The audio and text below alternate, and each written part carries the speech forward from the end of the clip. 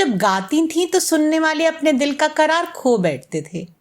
पहला पहला प्यार भर के आंखों में कुमार जादू नगरी। जब उनकी मादक आवाज फिजाओं में गूंजती थी तो उनके प्रशंसक मानो झूम उठते थे। अब तो जी होने लगा किसी की सूरत का सामना। उन्होंने अपनी गायकी से एक ऐसी मिसाल कायम की थी जिसकी बराबरी कोई दूसरी गायिका नहीं कर पाई। कहते हैं जिसको इश्क तबीयत की बात है। लेकिन क्या आप जानते हैं कि इस गायिका ने कभी संगीत की कोई शिक्षा नहीं ली थी।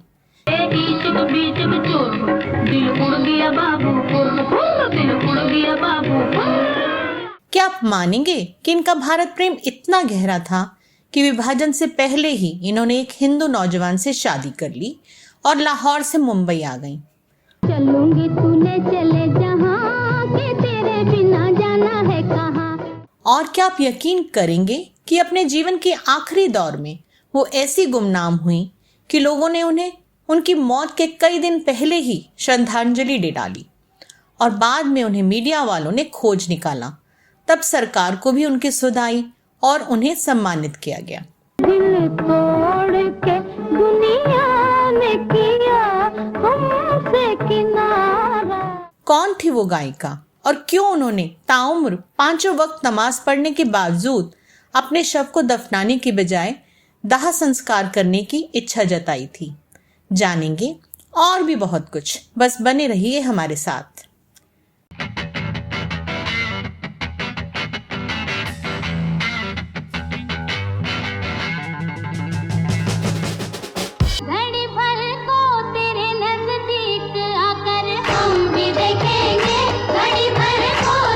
दोस्तों नमस्कार, आप देख रहे हैं बॉलीवुड इतिहास और मैं हूं सुषमा मिश्रा। आज हम बात करने जा रहे हैं 40 और 50 के दशक की उस मशहूर गायिका की जिन्हें दुनिया शमशाद बेगम के नाम से जानती है। कोई गाए दुनिया सुनाए तेरे बिन चलिया रे। लता मंगेशकर और आशा भोसले आदि का युग शुरू होने से पहले भारतीय सिनेमा पर जिन गायिकाओं का दबदबा कायम था उनमें शमशाद बेगम प्रमुख थीं।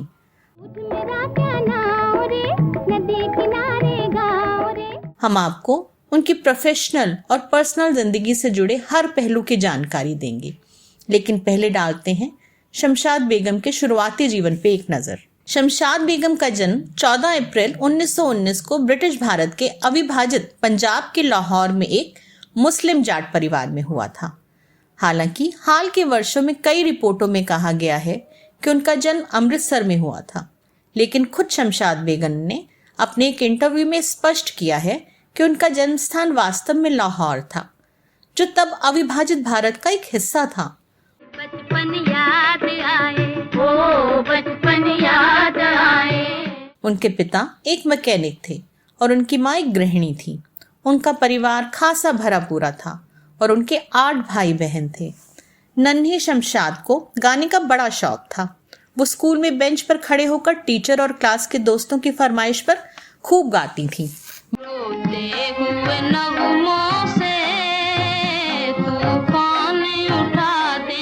बड़े होकर उन्होंने शादियों के साथ साथ धार्मिक आयोजनों और पार्टियों में भी गाया। हालांकि उनके पास कोई संगीत प्रशिक्षण नहीं था, लेकिन उन दिनों वायरल होने के लिए यूट्यूब, व्हाट्सएप या फेसबुक जैसे साधन नहीं थे।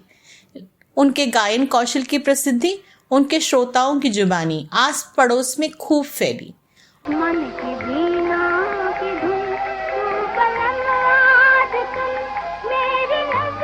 उनके पिता फिल्मों के पक्ष में नहीं थे, लेकिन चाचा अमरुद्दीन उनके प्रशंसक थे। वो चाहते थे कि शमशाद खूब नाम कमाए और वो उन्हें एक म्यूजिक रिकॉर्ड कंपनी जेनोफोन के ऑडिशन के लिए भी ले गए।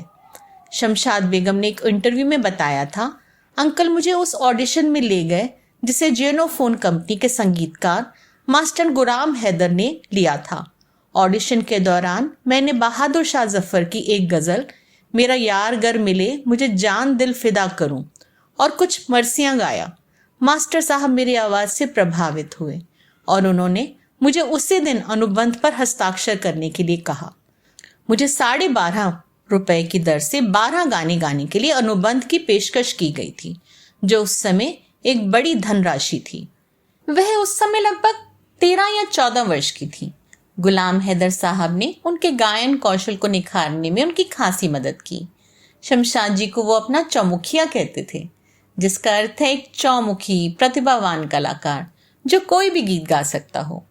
फिल्मों में कदम रखने से पहले शमशाद जी ने जियोनोफोन म्यूजिक कंपनी के लिए कई भजन और लोकगीत गाए। एक मीडिया रिपोर्ट के अनुसार एक पेशेवर गायिका के तौर पर उनका पहला गीत एक भजन था और रिकॉर्डिंग कंपनी ने उनका नाम उमा देवी रख दिया था। हालांकि अगली रिकॉर्डिंग में उनका नाम दोबारा शमशाद हो गया।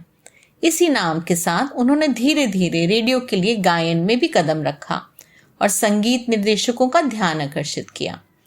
1930 के दशक में जब दिल्ली में रेडियो का दिल्ली केंद्र शुरू हुआ तो वहां से गाने का प्रस्ताव आया, लेकिन दूरी ज्यादा होने और तबीयत बिगड़ जाने की वजह से उन्होंने इनकार कर दिया। 1934 में महज 15 साल की उम्र में उन्होंने लाहौर के ही एक युवा वकील गणपाल लाल भट्टो से विवाह कर लिया। शमशाद बेगम साल 1932 में गणपत से मिली थी। उस जमाने में शादी छोटी उम्र में हो जाती थी। राजा बन के आना रे, मोहे लेके जाना रे। शमशाद के घर वाले भी उनके लिए लड़का ढूंढ रहे थे, लेकिन शमशाद जिससे प्यार करती थी, जिसे पसंद करती थी, उसी से शादी भी करना चाहती थी। 1934 में देश में हिंदू मुस्लिम दंगे हो रहे थे।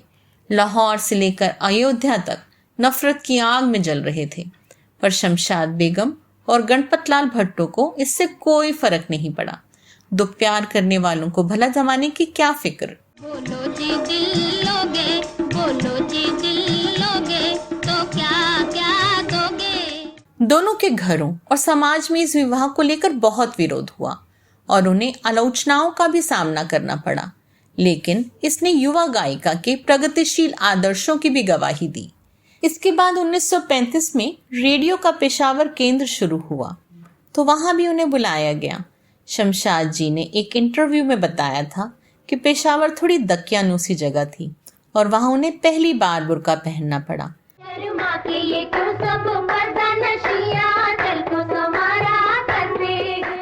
1937 में लाहौर रेडियो स्टेशन की शुरुआत हुई तो शमशाद वहां आ गईं। यमला जट और गवांडी 1 व गवांडी 2 जैसी पंजाबी फिल्मों के लिए लगातार हिट गाने देने के बाद शमशाद ने 1941 की फिल्म खजांची से हिंदी फिल्मों में शुरुआत की। इस फिल्म के प्रोड्यूसर थे दलसुख पंचौली और संगीतकार थे शमशाद बेगम के मेंटोर गुलाम हैदर साहब।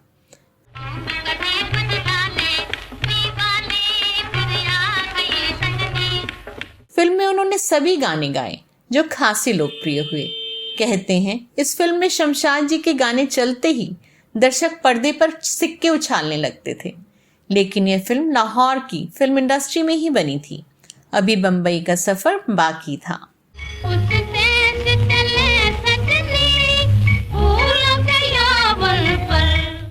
उन दिनों बंबई में देश की सबसे बड़ी फिल्म इंडस्ट्री थी, जहां शमशाद बेगम की शोहरत पहुंच चुकी थी, वह भी उस दौर के सबसे बड़े निर्माता निर्देशक के पास। उन दिनों बंबई फिल्म इंडस्ट्री में प्रोड्यूसर के तौर पर महबूब खान एक बड़ा नाम था। वो फिल्म तकदीर बनाना चाहते थे, जिसमें अभिनेता मोतीलाल के साथ 13 साल की नरगिस को लॉन्च करना चाहते थे। उस दौर की सबसे हिट गायिका नूर जहां की मैच्योर आवाज उनकी कमसिन अदाकारा से मेल खाती नहीं दिख रही थी, सो उन्हें कमसिन और सुरीली आवाज की तलाश थी। उन्होंने फिल्म खजांची के गाने सुने तो फौरन अपने सेक्रेटरी से कहा, इसे अपनी अगली फिल्म के लिए बुक कर लो। सेक्रेटरी को शमशाद की खबर थी। उसने पलट कर जवाब दिया, साहब यह बुक नहीं होती। महबूब खान चौंके, पूछे क्या मतलब? सेक्रेटरी ने बताया, शमशाद लाहौर में रहती है और उनके पिता उन्हें बाहर नहीं जाने देते। महबूब खान अगले दिन की फ्लाइट से लाहौर पहुंचे। वहां उन्होंने शमशाद जी के पिता से मुलाकात की और उन्हें समझाया कि वो अपनी बेटी को कुएं का मेंढक ना बनाएं, बल्कि खुले समुद्र की मछली बनकर तैरने दें। उनके पिता ने महबूब खान की बात मान ली और इस तरह शमशाद का मुंबई दौरा शुरू हो गया। फिल्म तकदीर में कुल 10 गानों में से 9 गानों में शमशाद बेगम की आवाज थी। सभी गाने सुपर हिट हुए और इसके साथ ही उनका सिक्का बॉलीवुड में जम गया। बाबू दरोगा जी, ना कोई का नौकर ना कोई का चाकर। फिर गुलाम हैदर साहब के भतीजे आमिर अली को नवयुग प्रोडक्शंस की एक फिल्म मिली जिसका नाम था पन्ना। इसमें भी शमशाद के गाए गीतों ने धूम मचा दी। आग लगाई है बुझा दे, डूबी हुई नैया के किनारे। उन दिनों नूरजहान और सुरैया जैसी गायिकाओं को अभिनय के भी प्रस्ताव मिलते थे। शमशाद जी को भी फिल्मों में ऑफर हुए, लेकिन उनके पिता को एक्टिंग करियर पसंद नहीं था, जिसका सम्मान करते हुए उन्होंने इस तरफ ध्यान नहीं दिया और उस पर ध्यान केंद्रित किया जो उन्होंने सबसे अच्छा किया, वह था गायन। रमे का पूजा सुधार, मुझे दोनों तरफ का माया। 40 के दशक के मध्य में शमशाद अपने पिता के साथ बंबई चली गईं। फिर तो उस दौर के सभी नामी गिरामी संगीतकारों ने उनके आगे कतार लगा दी। शमशाद बेगम लगातार शोहरत की नई बुलंदियां चढ़ रही थी। 1946 में आई फिल्म शिकारी, शाहजहां और शमा में उनकी आवाज ने दर्शकों को दीवाना बना दिया। जब उसने गेसू बिखराए, बादल आया झूम के। उनकी आवाज में एक गजब की मिठास थी और चुलबुलापन भी था। हालांकि उस दौर में नेजल गायिका की लोकप्रियता कम हो रही थी और लता व आशा जैसी गले से गाने वाली गायिकाएं ज्यादा पॉपुलर हो रही थी, लेकिन शमशाद बेगम की आवाज में वो जादू था कि फिल्मों में उनका एक गीत भी दूसरी गायिकाओं के सभी गीतों पर भारी पड़ता था। ठंडी हवा में उड़ा जाए पिया की याद आए। उनकी आवाज दूसरी गायिकाओं की आवाज से अलग होकर खनकती थी, इसलिए उन्हें कई डुएट ऐसे दिए गए जो मेल सिंगर्स के साथ ना होकर दूसरी फीमेल सिंगर्स के साथ थे।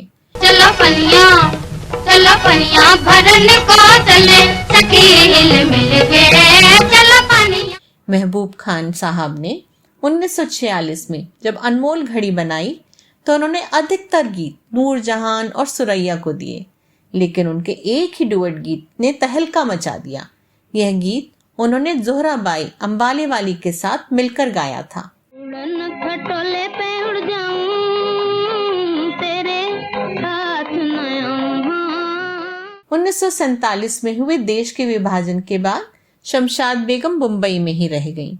तब तक वे संगीत प्रेमियों के लिए एक जानी पहचानी आवाज और फिल्म उद्योग में नाम बन चुकी थीं।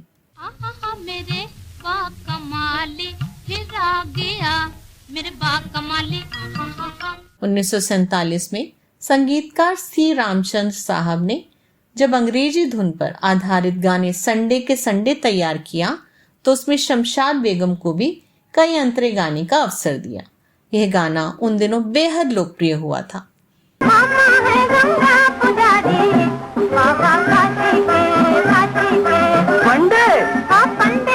फिल्म के लिए गायन के अपने दौर में शमशाद बेगम ने नौशाद, ओपी नैयर, शंकर जयकिशन, एस.डी. बर्मन जैसे हर प्रमुख संगीत निर्देशक के साथ काम किया।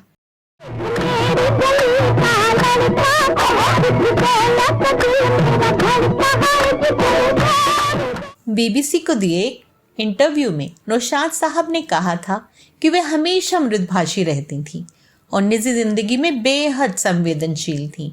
उन्होंने 1949 में अंदाज का संगीत दिया तो एक गाने में लता मंगेशकर के साथ शमशाद बेगम को भी उतारा। लता मंगेशकर के साथ बराबरी का ये उनका पहला मौका था। ना मोहब्बत कर ले, डर ना मोहब्बत कर ले।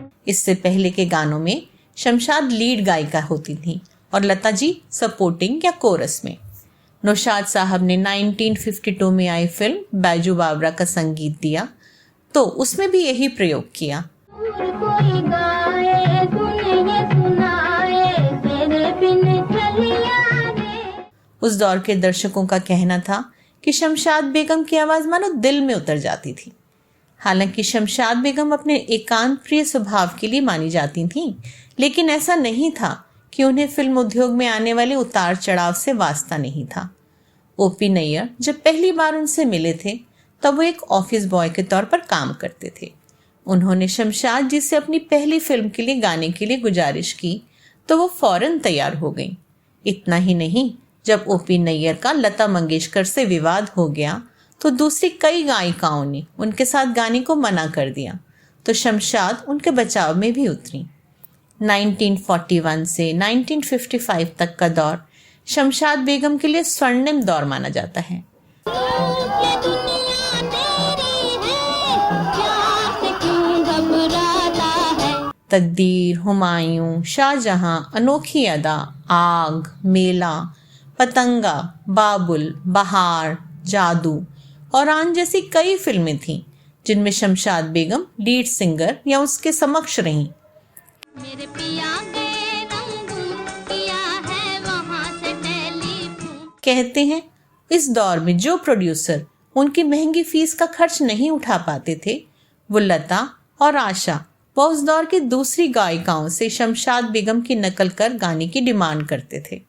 शमशाद बेगम बेहद शर्मीले स्वभाव की थीं, यहाँ तक कि अपने सबसे सफल होने पर भी वो मीडिया पब्लिसिटी से कतराती नहीं।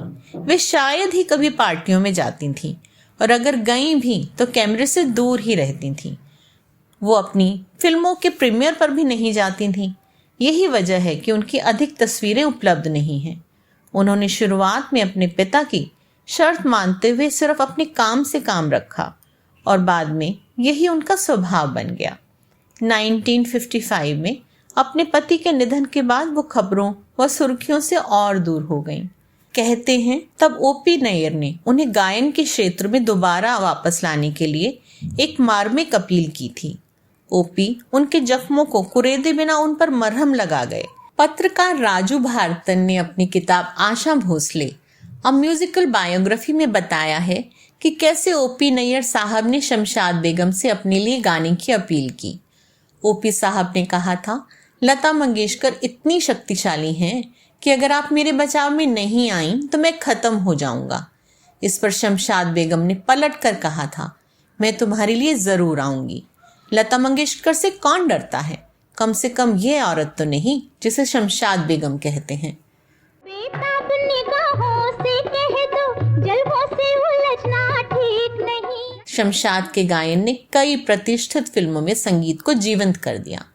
1956 में आई फिल्म CID के गीतों में ओपी साहब ने उनके और आशा भोसले की आवाज़ों को मिलाकर एक अनोखा प्रयोग किया था। इस फिल्म के सभी गाने बेहद लोकप्रिय हुए थे। महबूब खान ने अगले साल फिल्म मदर इंडिया बनाई तो संगीतकार नौशाद साहब से खास अनुरोध करके उन्हें 4 गाने दिलवाए। ये सभी गाने बेहद लोकप्रिय हुए और श्रोताओं के सर चढ़कर बोले, देख रे घटा घिर के आई, रस भर भर लाई। इन गीतों को आज भी बजाया जाता है और उनमें एक नई ताजगी का एहसास होता है। के घर आज प्यारी दुल्हनिया चली। भारत के प्रमुख त्योहारों में से एक होली पर यूं तो हिंदी फिल्मों में असंख्य गाने लिखे और गाए गए हैं, किंतु होली का सबसे लोकप्रिय गीत शकील बंदायू ने लिखा था। इस गीत को अपने समय के ख्याति प्राप्त संगीतकार नौशाद ने संगीतबद्ध किया था। शमशाद बेगम ने इस गीत को अपनी सुरीली आवाज़ से सजाकर अमर बना दिया। फिल्म मदर इंडिया का यह गीत अभिनेत्री नरगिस पर फिल्माया गया था और गीत के बोल थे, होली आई रे कन्हाई रंग छलके सुना दे जरा बांसुरी। होली आई रे कन्हाई रंग छलके सुना दे जरा बांसुरी। इस गीत में गोपियां नटखट कृष्ण से गुजारिश कर रही हैं कि वे होली के मौके पर अपनी जादुई बांसुरी बजाना बंद ना करें। यह गीत अपने समय के सबसे सफल गीतों में से एक था जो लोगों के हृदय पर छा गया था। 1957 में आई फिल्म नया दौर में उनका आशा भोसले के साथ मिलकर गाया गीत दर्शकों के बीच बेहद लोकप्रिय हुआ।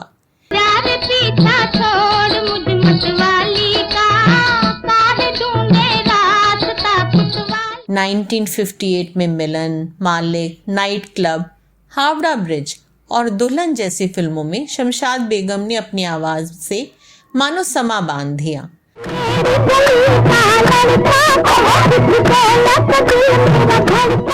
1959 में आई फिल्में सावन, जागीर, भंगड़ा और दुनिया न माने प्रमुख थीं।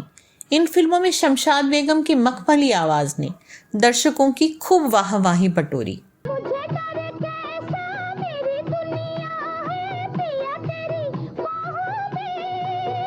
वे अपने समय की सबसे अधिक मेहनताना लेने वाली गायिकाओं में से एक थीं और आगे आने वाली युवा गायिकाओं के लिए मिसाल भी थीं। हालांकि उनके कई शुरुआती गीत अब उपलब्ध नहीं हैं, लेकिन रिपोर्टों में कहा गया है कि उन्होंने अपने जीवन काल में लगभग 6000 गाने गाए और करीब 2000 गाने रिकॉर्ड करवाए। 1960 से 1965 तक शमशाद जी ने तकरीबन हर साल 3-4 हिंदी और पंजाबी फिल्मों में गाने गाए। इस दौर में उन्होंने जिन प्रमुख फिल्मों में काम किया वो थी लव इन शिमला, 14वीं का चांद, मुगले आजम, घराना, शकुंतला, गुड्डी, ब्लफ मास्टर और लुटेरा।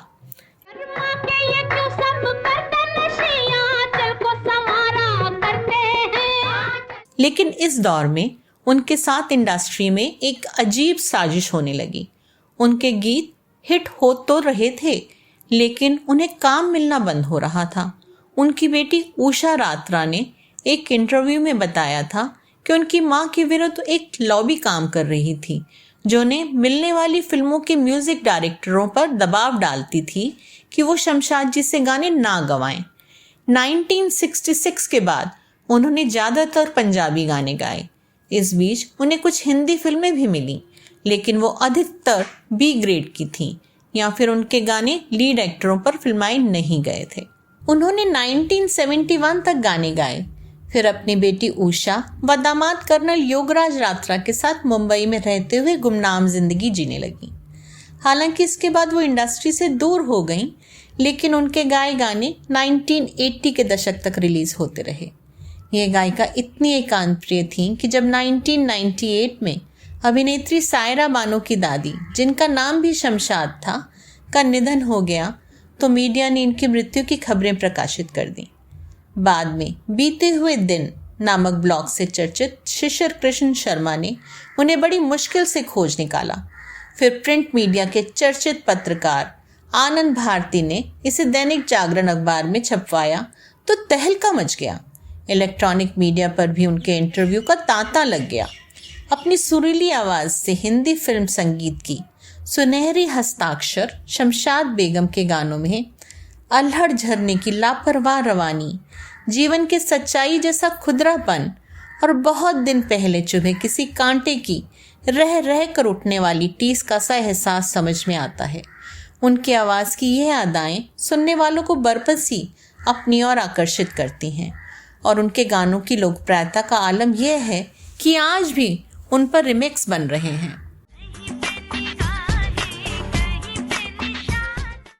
शमशाद बेगम को 2009 में प्रेस्टिजियस ओपी नैयर अवार्ड मिला और उसी साल उन्हें भारत सरकार ने पद्म भूषण से भी सम्मानित किया। भारतीय सिनेमा में अपनी सुरीली आवाज़ से लोगों का दिल जीतने वाली मशहूर पार्श्व गायिका शमशाद बेगम का निधन 23 अप्रैल 2013 को मुंबई में हो गया। शमशाद बेगम ने हिंदी फिल्म जगत से भले ही कई वर्ष पहले दूरियां बना ली थीं, किंतु अपने पूरे करियर में बेशुमार और प्रसिद्ध गानों को अपनी आवाज़ दी। उन्होंने ना जाने कितने ही अनगिनत गानों को अपनी आवाज़ से सजाकर हमेशा हमेशा के लिए जिंदा कर दिया। उनकी बेटी उषा के मुताबिक, मेरी माँ हमेशा यही कहती थी कि मेरी मौत के बाद, मेरे अंतिम संस्कार के बाद ही किसी को बताना कि मैं इस दुनिया से जा चुकी हूँ और मैं कहीं नहीं जाऊँगी। जहाँ से आई थी वहीं वापस जा रही हूँ। मैं सदा सबके साथ हूँ। ये खनकती आवाज़ अब अपनी जुबान से गाए गए गानों से ही सबके दिलों को सुकून देगी। तो दोस्तों, आपको ये वीडियो कैसा लगा हमें कमेंट बॉक्स में अवश्य बताएं, और अगर आपके पास शमशाद बेगम से संबंधित कोई जानकारी है तो वो भी हमारे साथ साझा कर सकते हैं।